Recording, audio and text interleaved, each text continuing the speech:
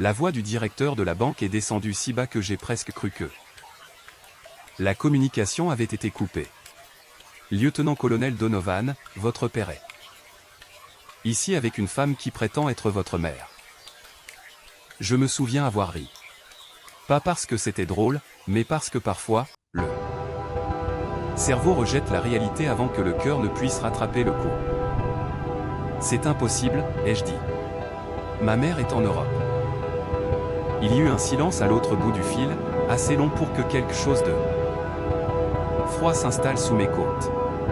Puis il dit calmement, « Madame, cette femme possède les papiers d'identité de votre mère. Sa signature correspond, et votre père insiste sur le fait qu'elle est son épouse. » Je me tenais au milieu de ma cuisine, tenant le téléphone tandis que la cafetière sifflait derrière moi comme un parasite lointain. Derrière la fenêtre de ma maison de ville, un camion poubelle roulait lentement dans le quartier. Quelque part de l'autre côté de la rue, un chien aboya 2 fois et s'arrêta. Tout paraissait d'une banalité douloureuse. Et puis le directeur prononça la phrase qui changea à jamais la forme de ma famille. « Il y a autre chose que vous devriez savoir, » murmura-t-il. « Cette femme ressemble trait pour trait à votre mère. » Pour la première fois en 20 ans de service militaire, ma main se mit à trembler. Je m'appelle Claire Donovan. J'ai 42 ans, je suis lieutenant-colonel dans l'armée, et j'ai passé la majeure partie de ma vie d'adulte à croire que si l'on restait calme assez longtemps, la vérité finissait par se révéler. Ce matin-là, j'ai appris quelque chose de pire. Parfois, la vérité arrivant portant le visage de votre mère.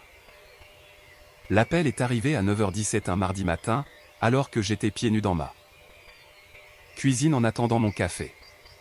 Je me souviens de l'heure exacte parce que la vie militaire vous apprend à remarquer les détails automatiquement. Les horodatage, les changements de ton, le silence, les minuscules fissures ou la réalité commence à se briser. Je venais de finir de repasser mon pantalon d'uniforme pour un briefing au Pentagone plus tard dans l'après-midi. Ma maison à Alexandria sentait encore l'amidon et le café torréfié. La télévision dans le salon diffusait un segment d'actualité matinale que personne ne regardait. Vraiment. Je vivais seul, alors je laissais souvent la télévision allumée pour le bruit plus que pour l'information. Le directeur de la banque s'est présenté comme étant Daniel Mercé, de la First National Trust. Une voix professionnelle, une respiration contrôlée et le genre d'homme formé pour ne jamais paraître alarmé devant les clients. Mais l'alarme fuite malgré tout. Elle s'insinue dans les pauses, dans le volume baissé, dans les phrases qui arrivent avec trop de prudence. Au début, j'ai cru que mon père était tombé. Richard Donovan avait 74 ans, et il était assez têtu pour prétendre que ses genoux fonctionnaient encore comme en 1989. Un ancien officier de police avec une colonne vertébrale pleine de vieilles blessures et des opinions que personne ne pouvait changer. Nous n'étions pas proches, mais nous existions toujours dans l'orbite l'un d'eux. L'autre comme le font les familles, même après des années de distance. Émotionnel. Puis le directeur a prononcé le nom de ma mère et tout a basculé. Elle tente d'autoriser des changements sur un compte fiduciaire familial. Ma poigne s'est resserrée sur ma tasse de café. Ma mère est à Florence. Ai-je dit lentement. Elle est partie il y a 12 jours. Je comprends, a-t-il répondu. C'est pour cela que je vous appelle. Je ne me souviens pas avoir décidé de m'asseoir.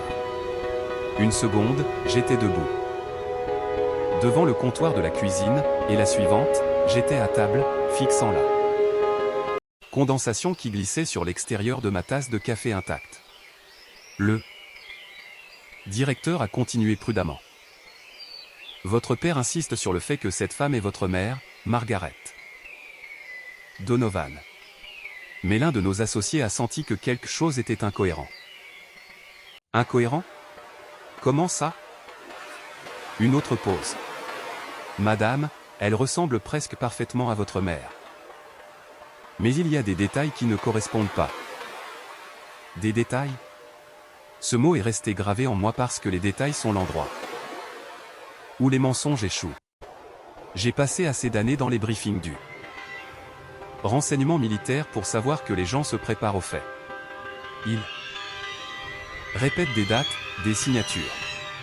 Ce qu'ils ne peuvent pas répéter, ce sont les instincts, la mémoire musculaire, les habitudes inconscientes qui appartiennent aux vies réelles. Quand sont-ils arrivés, ai-je demandé. Il y a environ 40 minutes. Et vous m'appelez moi au lieu de la police? Oui. Pourquoi? Sa réponse est venue doucement. Parce que votre père semble tout à fait disposé à poursuivre la transaction. C'est à ce moment-là que j'ai eu un nœud à l'estomac. Pas parce que je croyais que mon père était manipulé, mais parce que, pour la première fois, j'envisageais la possibilité qu'il ne le soit pas. J'ai mis fin à l'appel 10 minutes plus tard et je suis resté immobile dans la cuisine. Le réfrigérateur bourdonnait doucement derrière moi. La lumière du soleil se déversait sur le parquet en rectangle pâle. Quelque part à l'étage. Ma voisine passait l'aspirateur sur son tapis de couloir avec une agressivité déterminée. La vie normale continuait avec une confiance insultante alors que la mienne s'était discrètement fissurée. Je suis monté me changer. Pas mon uniforme, des vêtements civils. Un jean sombre, un pull gris, les cheveux attachés fermement à quelque chose de neutre. De contrôlé. En boutonnant mes manches, j'ai croisé mon reflet dans le miroir de la chambre. Les gens supposent souvent que les officiers militaires aiment l'autorité. Certains, oui. Moi, jamais. Ce que j'aimais, c'était la structure, la clarté, le soulagement des règles. Les familles n'ont pas de règles. Les familles ont de vieilles blessures déguisées en tradition. Pendant le trajet vers la banque, le trafic rampait le long de la route 50 sous. Un ciel de Virginie délavé. Je gardais les deux mains fermes sur le volant et je repassais les mots du directeur en boucle. Elle ressemble trait pour trait à votre mère. Ma mère était à Florence depuis près de 2 semaines avec 2 enseignantes retraitées du Maryland rencontrées lors d'une croisière des années plus tôt. Elle envoyait des photos chaque matin comme une horloge, des églises, des terrasses de café, de minuscules tasses d'expresso qu'elle prétendait apprécier. Plus qu'en réalité. Ma mère détestait l'expresso. J'ai failli l'appeler 3 fois pendant le trajet. À chaque fois, je me suis arrêté. La formation militaire enseigne la retenue avant la réaction. Recueillir l'information. D'abord, l'émotion plus tard. Le temps que j'arrive sur le parking de la banque, les battements de mon cœur s'étaient stabilisés en quelque chose de froid et de délibéré. La First National Trust se trouvait entre un cabinet de dentiste et un cabinet d'avocat. Dans l'un de ces bâtiments de banlieue polie, conçus pour paraître rassurants et coûteux. Verre propre, pierre beige, et soigneusement taillé devant l'entrée.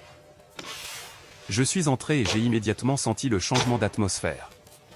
Les gens détournaient le regard trop rapidement. Une jeune guichetière près du bureau d'accueil m'a reconnu avant même que je ne parle.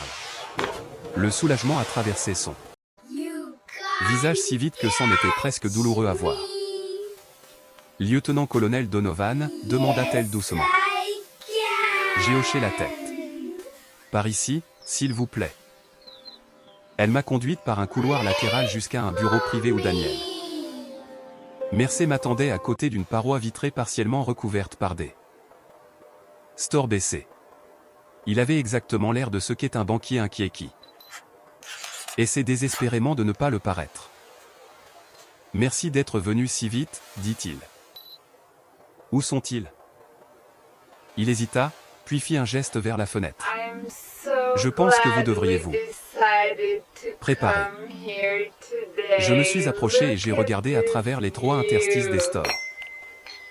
Mon père était assis à une table de conférence polie, portant le même manteau en laine marron qu'il possédait depuis mon premier déploiement en Afghanistan.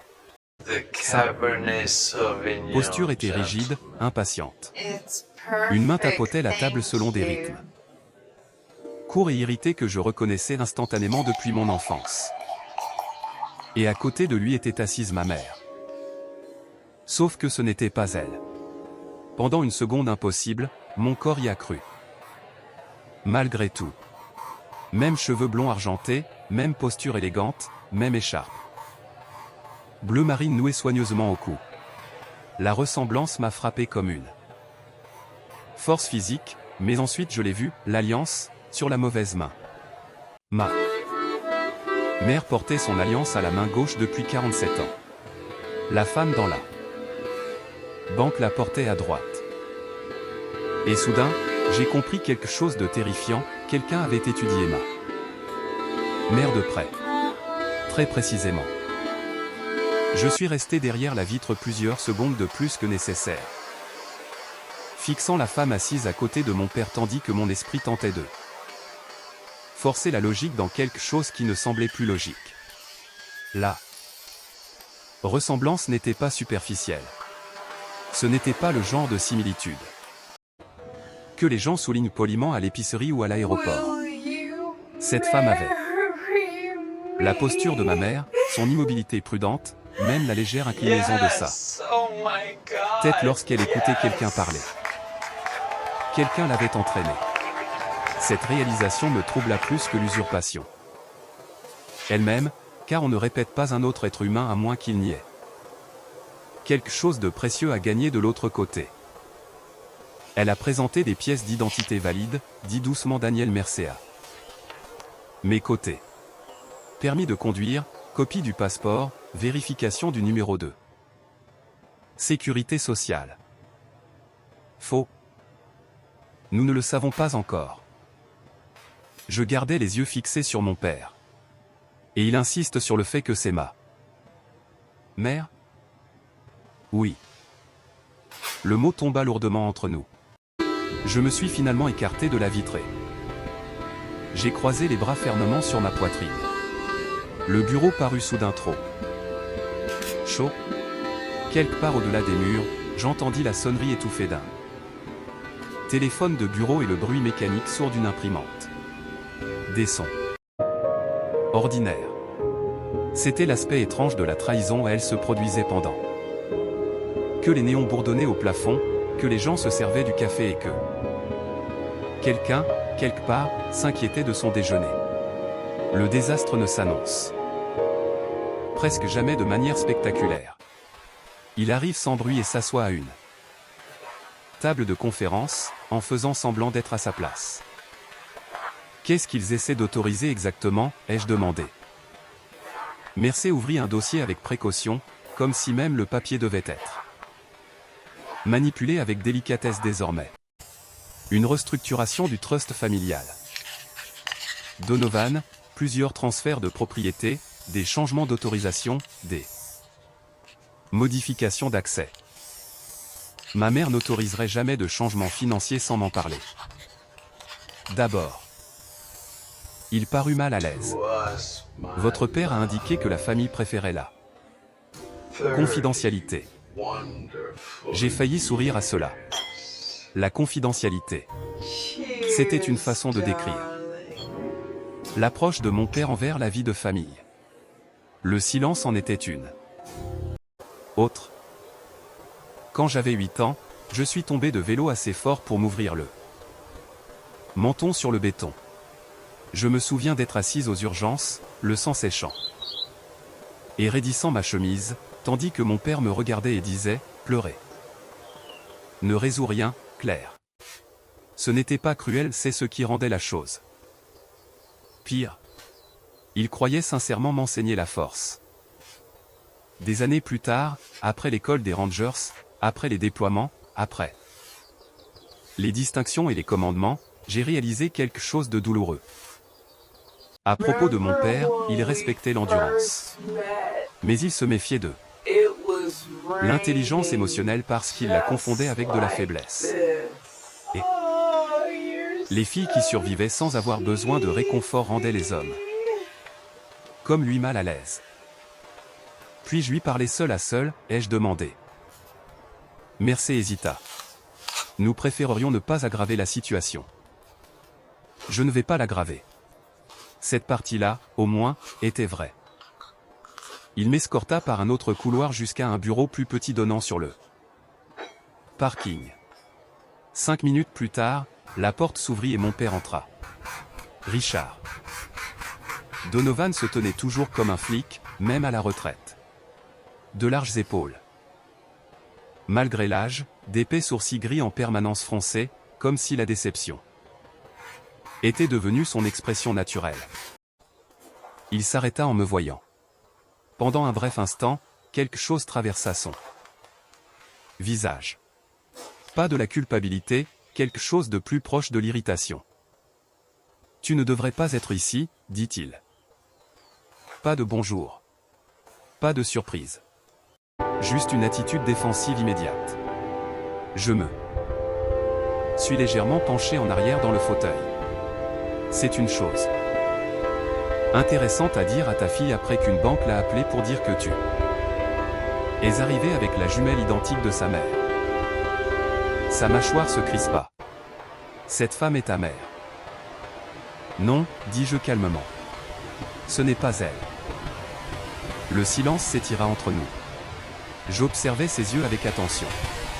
Mon père n'avait jamais été un bon menteur. Il devenait trop immobile quand il cachait quelque chose. Enfant, je savais qu'il avait rompu une promesse avant même qu'il ne parle, parce que tout son corps semblait se préparer contre l'honnêteté. Il ressemblait exactement à cela maintenant. Tu imagines toujours le pire, marmonna-t-il.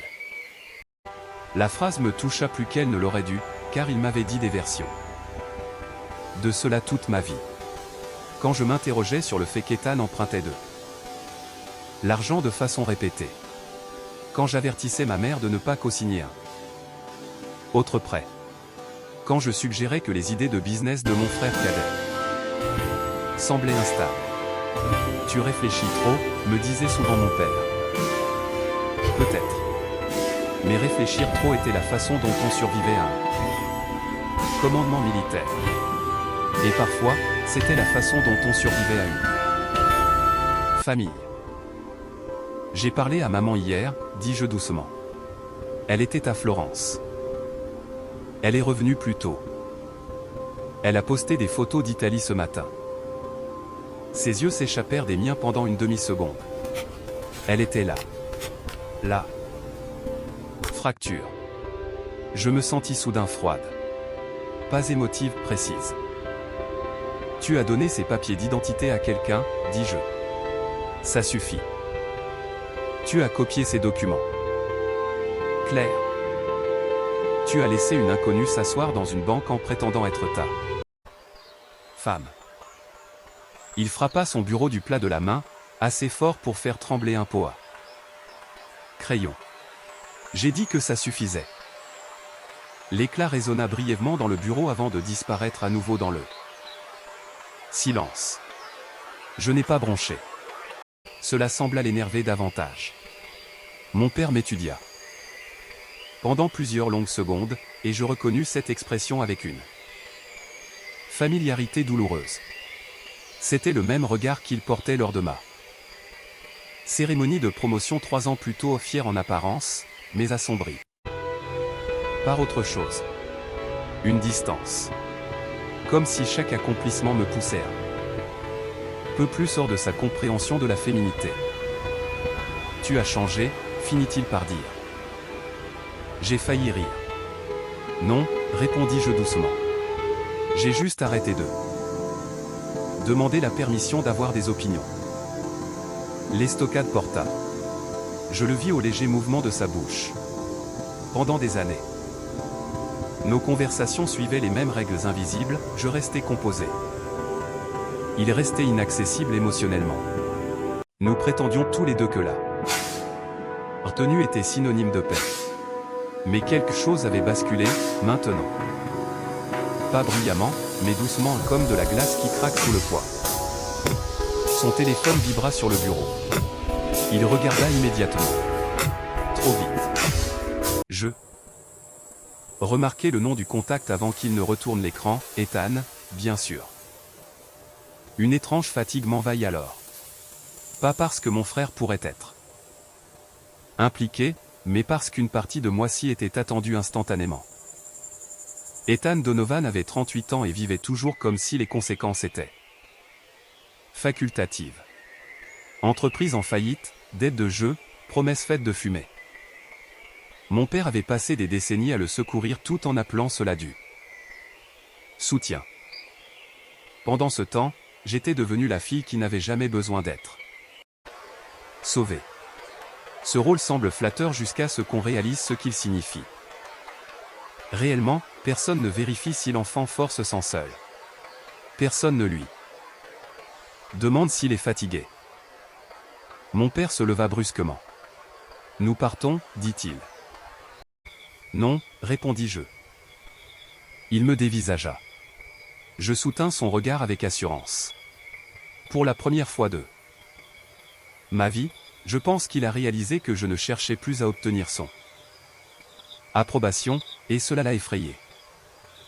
Après qu'il a quitté le bureau, je suis restée assise pendant près d'une minute, fixant la chaise vide en face de moi. Mon rythme cardiaque restait lent et contrôlé, mais en dessous, quelque chose de plus ancien commençait à me faire mal. Pas de la colère. Du chagrin.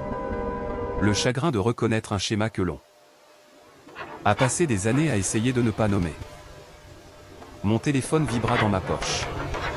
Maman appelait. Je répondis immédiatement. Son visage apparut à l'écran sous le soleil éclatant d'Italie. Elle était assise à la terrasse d'un café, portant des lunettes de soleil surdimensionnées et souriant chaleureusement. « Voilà mon soldat, dit-elle. » Ma gorge se serra de manière inattendue. Derrière elle, Florence s'animait paisiblement en cet après-midi, ignorant totalement que quelqu'un de l'autre côté de l'océan empruntait son identité. « Tu vas bien, chérie ?» demanda-t-elle. Je forçai ma voix à rester stable. « Est-ce que papa t'a demandé des copies de ton passeport avant ton voyage ?» Son sourire s'effaça légèrement. « Oui, dit-elle lentement. »« Pourquoi ?» La sensation de froid revint instantanément. Qu'est-ce qu'il a dit en avoir besoin? Pour la banque, répondit-elle. Quelque chose à propos de la mise à jour des dossiers. Je fermai les yeux brièvement. Quand je les rouvris, je regardai par la fenêtre. Du bureau vers la salle de conférence. La fausse femme était assise à côté d'eux. Mon père avec une confiance terrifiante. Et soudain, je compris, cela n'avait pas commencé aujourd'hui. Cela s'était construit discrètement pendant des mois. Peut-être plus longtemps. Je ne suis pas rentré chez moi après avoir quitté la banque. Au lieu de cela, j'ai conduit sans but à travers la Virginie du Nord pendant près d'une heure, la radio éteinte et les deux mains fixées à 10h10 sur le volant, comme si je transportais des explosifs plutôt que des pensées. Le ciel était bas et gris au-dessus de l'autoroute. Le trafic avançait par vagues agitées autour de moi tandis que mon esprit tournait sans cesse autour d'eux. La même question insupportable, depuis combien de temps mon père planifiait-il cela? Non pas que je le croyais être un génie du crime. Richard Donovan n'était pas assez subtil pour cela. C'était un homme qui résolvait les problèmes de la même manière qu'il le faisait en tant que policier dans les années 80, pousser plus fort, parler plus fort, refuser l'embarras à tout prix. Mais le désespoir change. Les gens, surtout les hommes vieillissants terrifiés à l'idée de perdre le contrôle. À un feu rouge près d'Arlington, je me suis finalement garé sur le parking d'un Dîner où j'allais souvent après mes services de nuit il y a des années, le genre d'endroit avec des banquettes en vinyle craquelé et un café qui avait un léger goût de brûlé, peu importe l'heure à laquelle on le commandait. À l'intérieur, la foule du déjeuner s'était déjà clairsemée. Une serveuse d'une soixantaine d'années remplissait les sucriers près du comptoir tandis que de la musique country passait doucement en fond. J'ai choisi une banquette au fond et j'ai commandé un café noir. La serveuse me regarda attentivement. Longue journée déjà, ma belle ? J'ai failli lui répondre que oui. Au lieu de cela, j'ai hoché la tête une fois. Et j'ai dit, quelque chose comme ça. Elle me fit ce genre de sourire compréhensif que les femmes plus âgées réservent aux inconnus portant une fatigue visible. Pas de questions, pas de spectacle. Juste une reconnaissance silencieuse. Quand elle s'éloigna, je sortis mon carnet. Pas mon téléphone, du papier. Les habitudes militaires ont la vie dure. Les pensées importantes appartiennent à un endroit où les batteries ne peuvent pas tomber en panne. J'ai commencé par écrire les noms, Richard Donovan, Ethan Donovan, Margaret Donovan, l'usurpatrice inconnue. Puis, en dessous, une seule phrase, quelqu'un a étudié ma mère d'assez près pour devenir elle. Je fixai ces mots pendant un long moment. La serveuse revint avec le café et fit glisser la tasse vers moi avec précaution. « Vous avez l'air d'être dans l'armée, dit-elle. Armée de terre. Mon fils était chez les marines. Elle sourit faiblement. Des uniformes.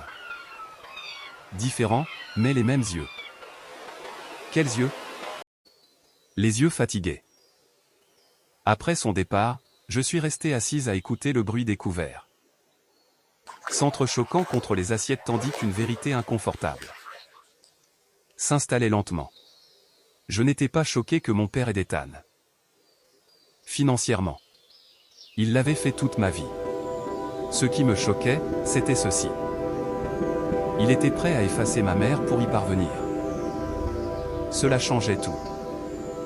En fin d'après-midi, je me suis rendu à la maison de mes parents à Fairfax. Une maison de style colonial en briques, volets blancs, pelouse parfaite. Mon père insistait toujours pour la tondre lui-même malgré ses genoux. De l'extérieur.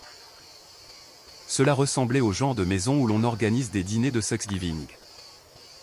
Et où l'on discute de la météo autour d'une tarte. Les maisons qui ont l'air laides. Plus sur cachent souvent les dommages les plus silencieux.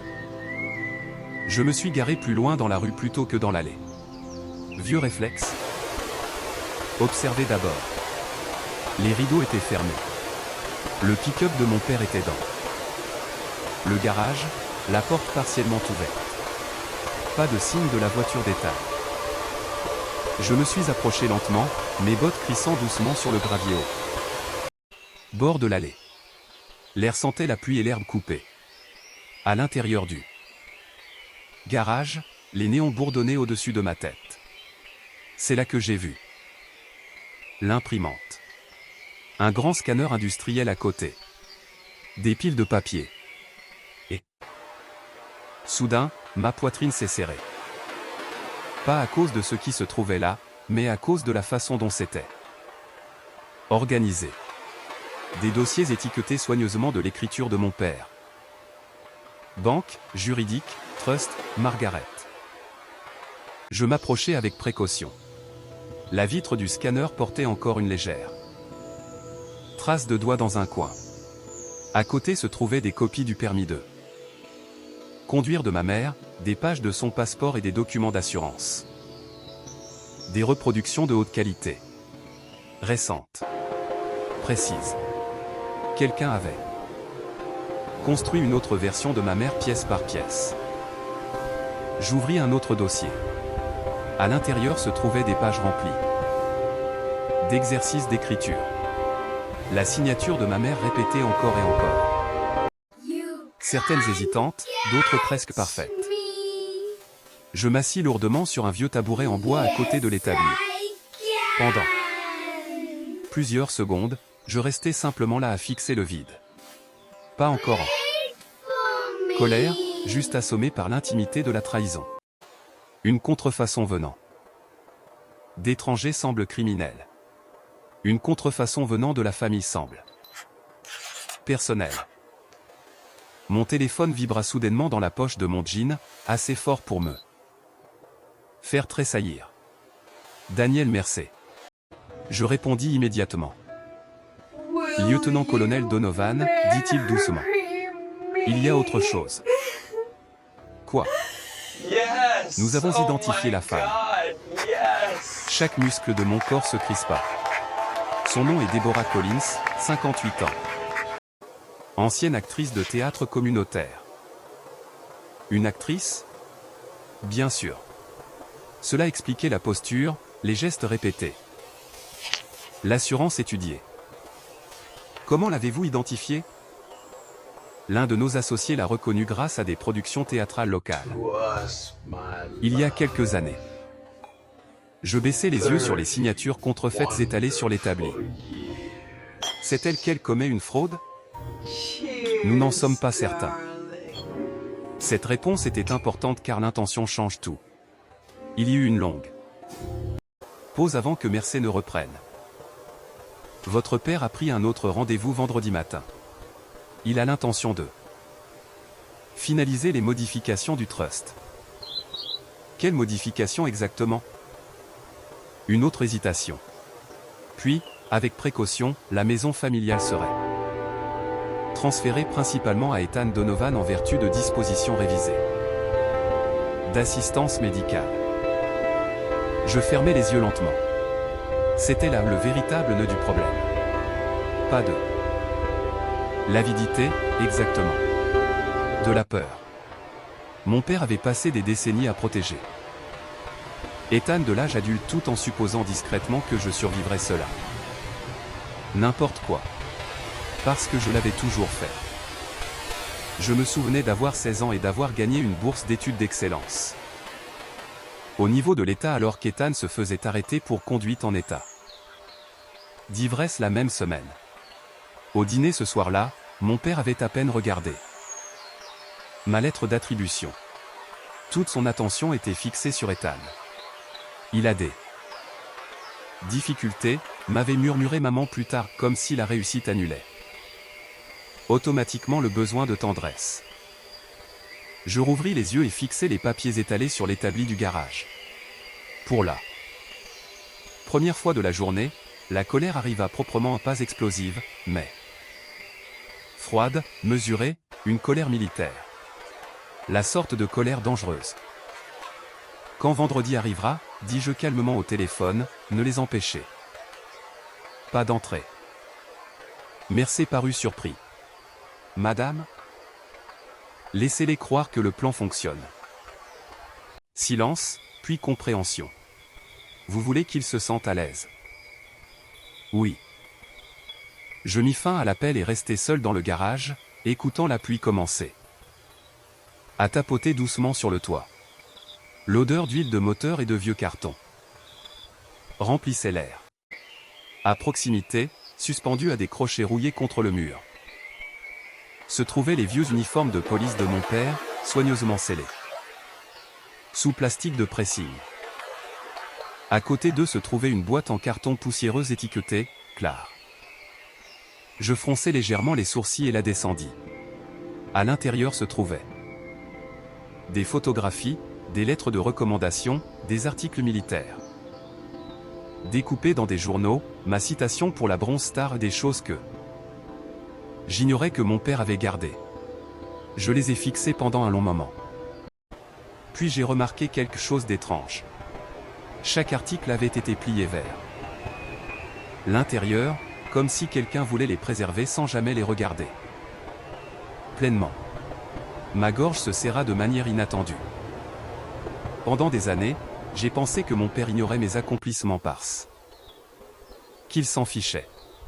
Mais assise là, dans la pénombre du garage, entouré de signatures contrefaites et de coupures de journaux cachés, j'ai réalisé quelque chose de plus douloureux, peut-être qu'il s'en souciait.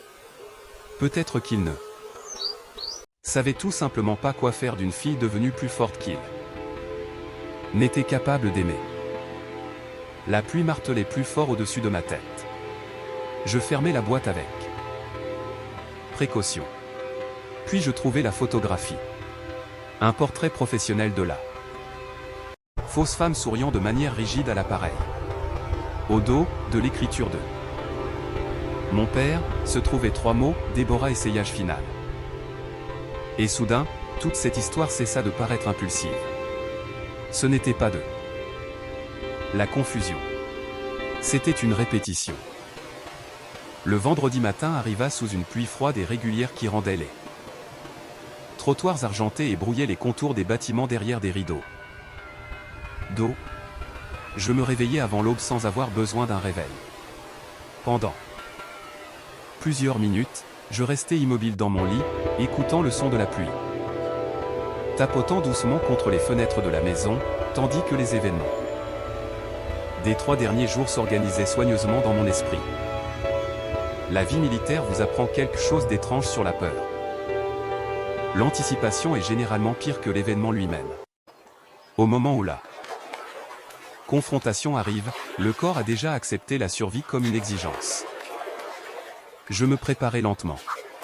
Pull anthracite foncé, manteau en laine noire, cheveux attachés fermement à la base de ma nuque. Aucun bijou, excepté ma montre. Je bus mon café debout devant le comptoir de la cuisine sans en sentir le goût. Dehors, les phares se déplaçaient silencieusement dans les rues humides du matin tandis que quelque part à proximité, une sirène hurlait faiblement dans le lointain. Avant de disparaître. À 7h42, mon téléphone vibra. Maman. Je fixai l'écran plusieurs secondes avant de répondre. Son visage paraissait fatigué cette fois. L'excitation chaleureuse de Florence s'était dissipée. Derrière elle, la chambre d'hôtel semblait sombre et les bagages étaient en partie faits. Claire, dit-elle doucement. Ton père ne répond pas à mes appels. Je posai une main contre le comptoir. À quelle heure ton vol atterrit-il? Demain? À 15h. Un silence, puis doucement, qu'est-ce qui se passe? Je fermai les yeux brièvement. Pour la première fois depuis mardi, j'ai failli tout lui dire, mais je l'ai imaginé seul dans un autre pays, essayant de monter dans un avion tout en portant le poids de la trahison à travers un océan. Pas maintenant. Je m'en occupe, dis-je. Son expression changea légèrement à ces mots. Pas du soulagement et de la reconnaissance. Ma mère connaissait ce ton. C'était la même voix que j'utilisais avant les déploiements, assez calme pour effrayer ceux qui m'aimaient. Claire, murmura-t-elle prudemment. Ne te détruis pas en essayant de maintenir tout le monde debout. Cette phrase se logea lourdement dans ma poitrine parce qu'elle comprenait quelque chose que mon père n'avait jamais saisi, la force a un prix. Je te verrai demain, dis-je doucement. Après avoir raccroché, je suis resté immobile dans la cuisine pendant un long moment, fixant la pluie qui glissait sur la vitre. Puis j'ai pris mes clés et je suis parti. Le hall de la banque sentait le bois poli et les parapluies humides quand je suis arrivé. Les clients du vendredi se déplaçaient dans le bâtiment avec une impatience contenue, secouant l'eau de pluie de leurs manteaux et consultant leur téléphone, tandis que les employés souriaient professionnellement à travers une autre matinée grise. La vie normale, encore. Toujours la vie normale. Qui entoure les catastrophes. Daniel Mercé m'a rejointe près des ascenseurs sans mot dire. Il a simplement hoché la tête une fois et m'a guidé vers les salles de conférence à l'arrière. Ils sont en avance, dit-il doucement. De combien? 20 minutes. Cela me disait tout. Les gens arrivent en avance quand ils sont nerveux ou quand ils sont impatients d'obtenir quelque chose qu'ils croient enfin à leur portée. La salle de conférence ressemblait exactement à mes souvenirs, une longue table polie, de hautes fenêtres brouillées par la pluie, un éclairage doux conçu pour calmer les clients fortunés discutant de chiffres inconfortables. Mais aujourd'hui, la pièce paraissait plus froide, plus fragile d'une certaine manière. Mon père était assis au bout de la table, portant son manteau marron malgré la chaleur intérieure. À côté de lui se trouvait Ethan. Mon frère cadet avait l'air épuisé, mal rasé, pâle, ses mains bougeaient constamment l'une contre l'autre. Sous la table. Et à côté d'Ethan était assise Deborah Collins, la version contrefaite de ma mère. De près, la ressemblance restait troublante. Elle portait les boucles d'oreilles en perles de ma mère.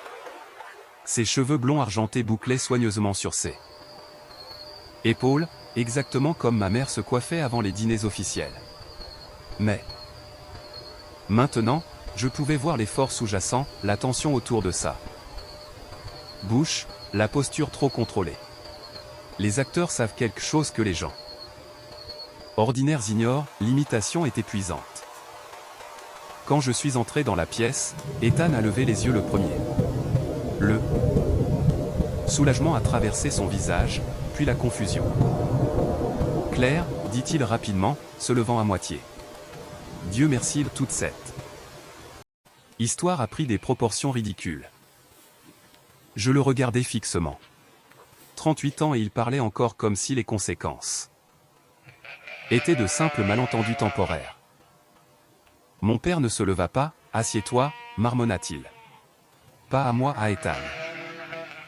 Les avocats entrèrent quelques instants plus tard avec Danielle Mercé et une autre femme du service juridique dont l'expression restait professionnellement illisible.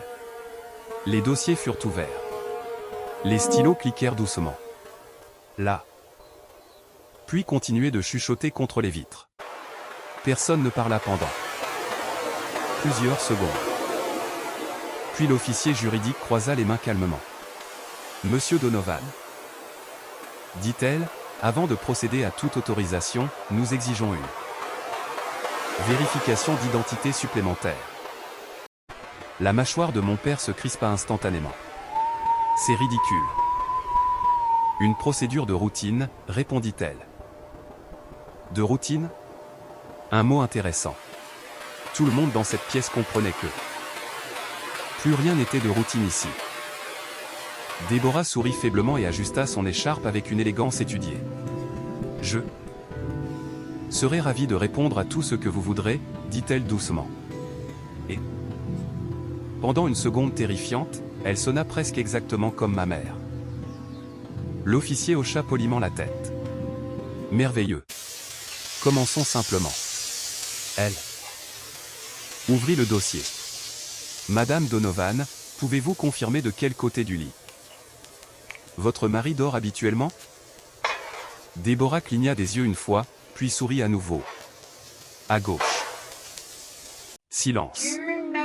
J'ai regardé mon père fixer la table, car tout le monde dans la pièce, sauf Déborah, connaissait la vérité immédiatement.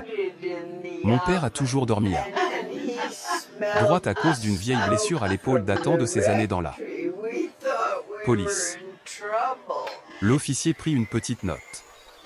Aucune réaction, juste de l'encre se déplaçant silencieusement sur le papier. Question suivante, continua-t-elle doucement. Quel était le nom de la première affectation militaire de votre fille? Déborah hésita plus longtemps cette fois. La Virginie. Ce n'était pas assez faux, mais ce n'était pas juste non plus. J'ai fini par prendre la parole. Fort bénin, dis-je calmement. Géorgie. Déborah regarda vers mon père. Un mouvement minuscule, mais suffisant. L'officier le remarqua également. Une autre note. Un autre léger grattement d'encre. De l'autre côté de la table, Ethan s'agita inconfortablement. Allez, marmonna-t-il. Personne ne se souvient de chaque petit détail. Je me tournai lentement vers lui. Maman, si. Silence à nouveau. Le silence dangereux. Celui où la vérité commence à prendre Toute la place, que les gens le veuillent ou non. L'officier continua. Madame Donovan, quel surnom utilisiez-vous pour votre fille quand elle était enfant? Déborah répondit trop vite cette fois. Clair et net. J'ai failli sourire. Ma mère n'avait jamais utilisé de surnom affectueux. Pas une seule fois dans ma vie. Incorrect, dis-je doucement. Le visage de Déborah changea. Juste un peu. Assez pour révéler la peur sous la performance. L'officier ferma un dossier et en ouvrit un autre. Madame Donovan, dit-elle calmement. Nous avons également des inquiétudes. Concernant des documents d'identité falsifiés et des modifications de trust non autorisées. Mon père frappa la table du poing. C'est du harcèlement. Non, répondis-je doucement. C'est une vérification. Il se tourna alors vers moi avec une colère réelle qui éclatait enfin. Tu te crois plus intelligente que tout le monde ici. La vieille accusation, la plus familière. Trop compétente, trop observatrice. Trop difficile à contrôler. Je soutins son regard avec égalité. Non, dis-je. J'ai juste arrêté de prétendre que je ne remarquais rien. Ethan se leva soudainement. Ce n'était pas l'idée de papa. Toutes les têtes se tournèrent vers lui.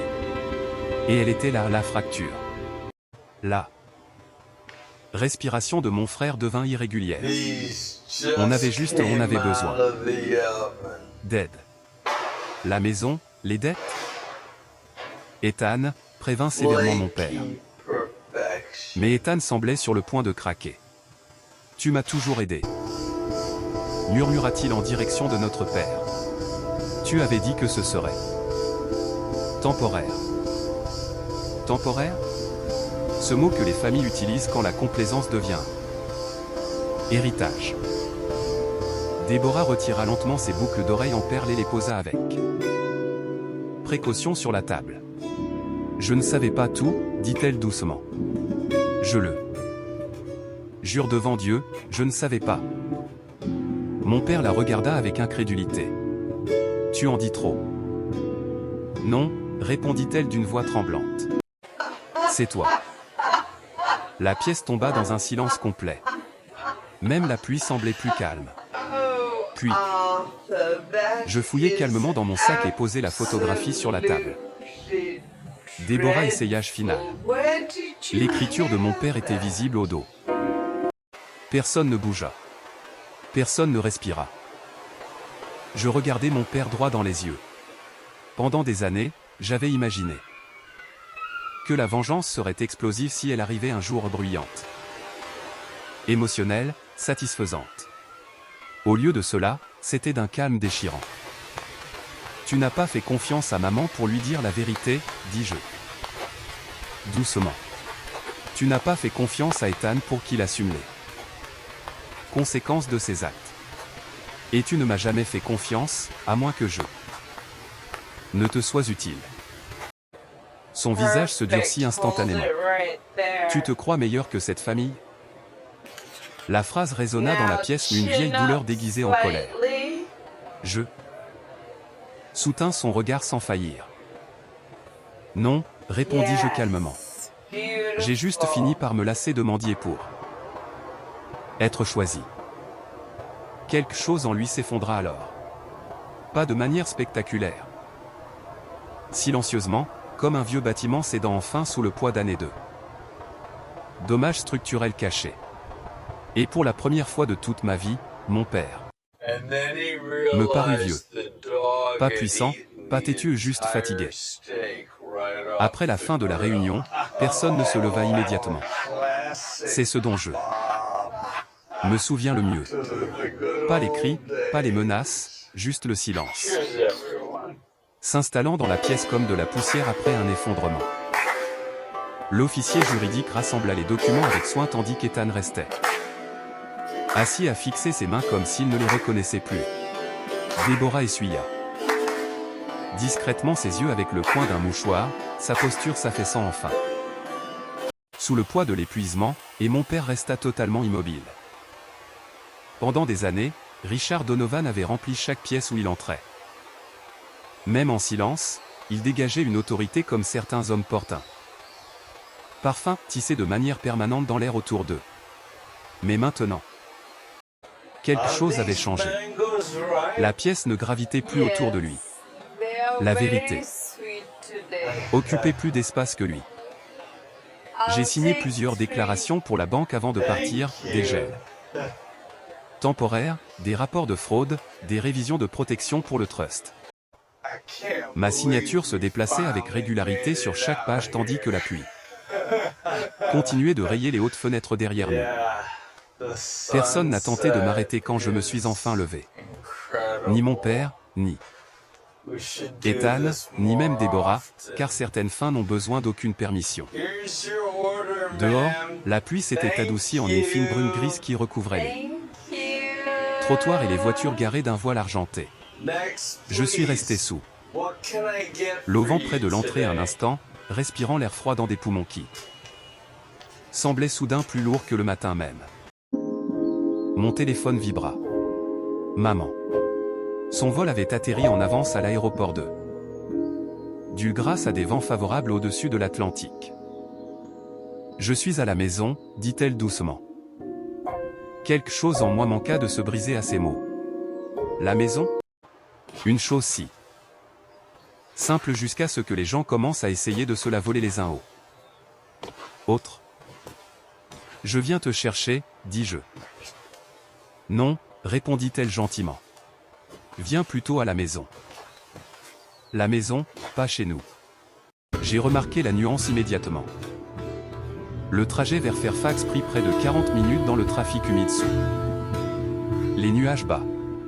Le temps que je me gare dans l'allée de mes parents, le soir, avait déjà commencé à s'installer sur le quartier. Les lumières du perron brillaient doucement à travers la pluie tandis que, non loin de là, des carillons s'agitaient selon des rythmes lents et inégaux. Maman ouvrit la porte d'entrée avant que je ne frappe. Pendant une seconde, nous sommes simplement regardés. Puis elle s'avança et toucha mon visage avec ses deux mains, comme elle le faisait avant mes déploiements. Tu as l'air fatigué, murmura-t-elle. J'ai failli rire.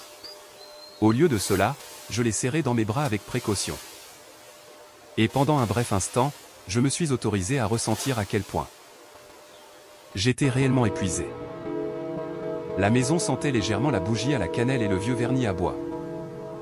Familier, sûr, fragile désormais d'une manière qu'il n'avait jamais été auparavant.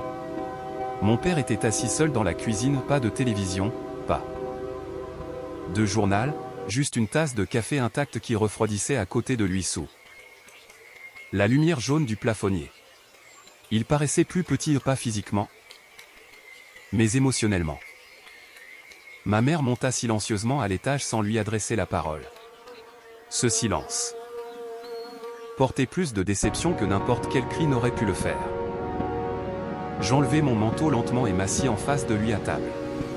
Pendant plusieurs secondes, aucun de nous ne parla. Le réfrigérateur bourdonnait doucement à côté. La pluie tapait contre les fenêtres au-dessus de l'évier. Quelque part à l'étage, j'entendis ma mère ouvrir et fermer les tiroirs de la commode avec des gestes contrôlés et délibérés. Finalement, mon père s'éclaircit la gorge. Elle n'était jamais censée souffrir, dit-il. Je le regardais en silence, non pas parce que je ne comprenais pas la phrase, mais parce que je la comprenais parfaitement. Les hommes comme mon père confondent souvent l'intention avec l'innocence, comme si le mal ne comptait que lorsque la cruauté en était le but. Tu as usurpé son identité, dis-je calmement. J'essayais de protéger Ethan. C'était encore cela. Toujours Ethan. Les échecs de mon frère étaient devenus le centre émotionnel de notre famille il y a des années, forçant tous les autres à graviter autour de son instabilité. Papa se frotta la bouche de la main. Il se noyait, et ta mère, non.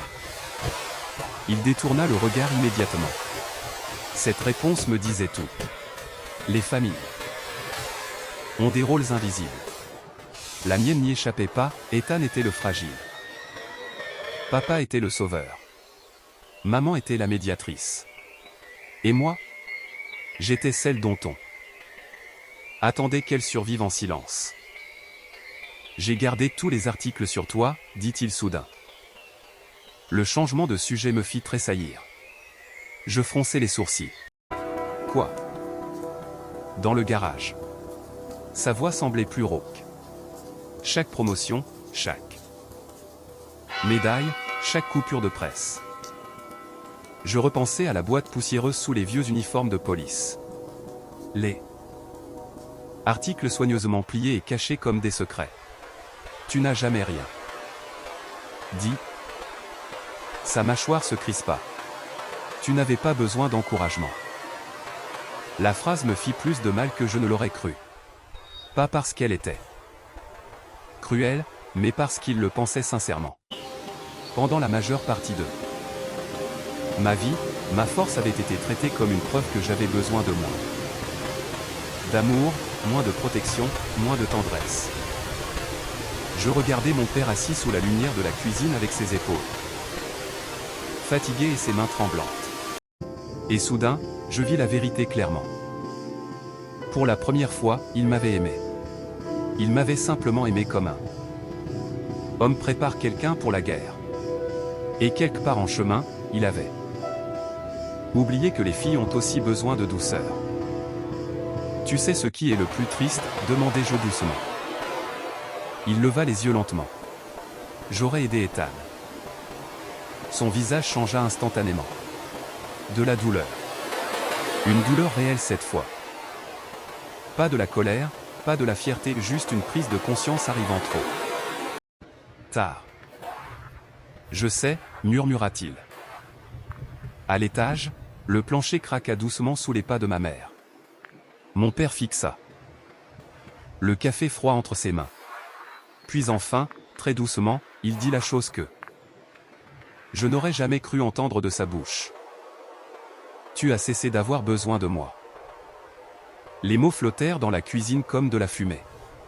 Et soudain, je compris. Tout, sa peur, son ressentiment, même cette distance. Mon père savait aimer les gens qui dépendaient de lui.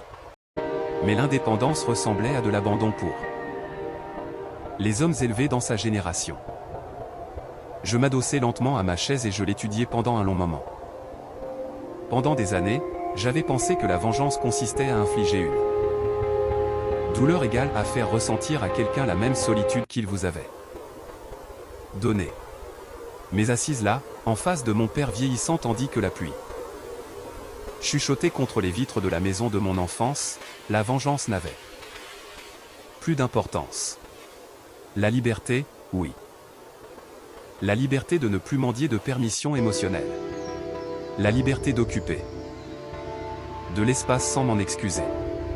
La liberté de comprendre que le fait d'être ignoré n'était jamais la preuve que je manquais de valeur. Quelques jours plus tard, je suis retourné dans ma maison à Alexandria. J'ai accroché ma veste d'uniforme avec soin dans le placard et je suis resté seul. Dans le silence de la cuisine, regardant la lumière du soir s'estomper lentement sur les comptoirs. Tout semblait identique, mais je ne l'étais plus. J'ai fait du café et je me suis assise près de la fenêtre, écoutant le trafic lointain tandis que la ville s'enfonçait dans la nuit. Pendant la majeure partie de ma vie, j'ai cru que la force signifiait endurer la douleur en silence. Maintenant, je pense que la force est autre chose. Je pense que la force, c'est de refuser de disparaître à l'intérieur des attentes des autres. Et peut-être que c'est cela, la vraie vengeance, pas la destruction. Pas la punition, juste le fait de devenir enfin visible à ses propres yeux. Si cette histoire vous a touché, j'aimerais vraiment connaître vos pensées. Avez-vous déjà été le pilier de votre famille, celui ou celle dont tout le monde supposait qu'il ou elle survivrait sans réconfort? Laissez un commentaire ci-dessous et dites-moi d'où vous nous suivez.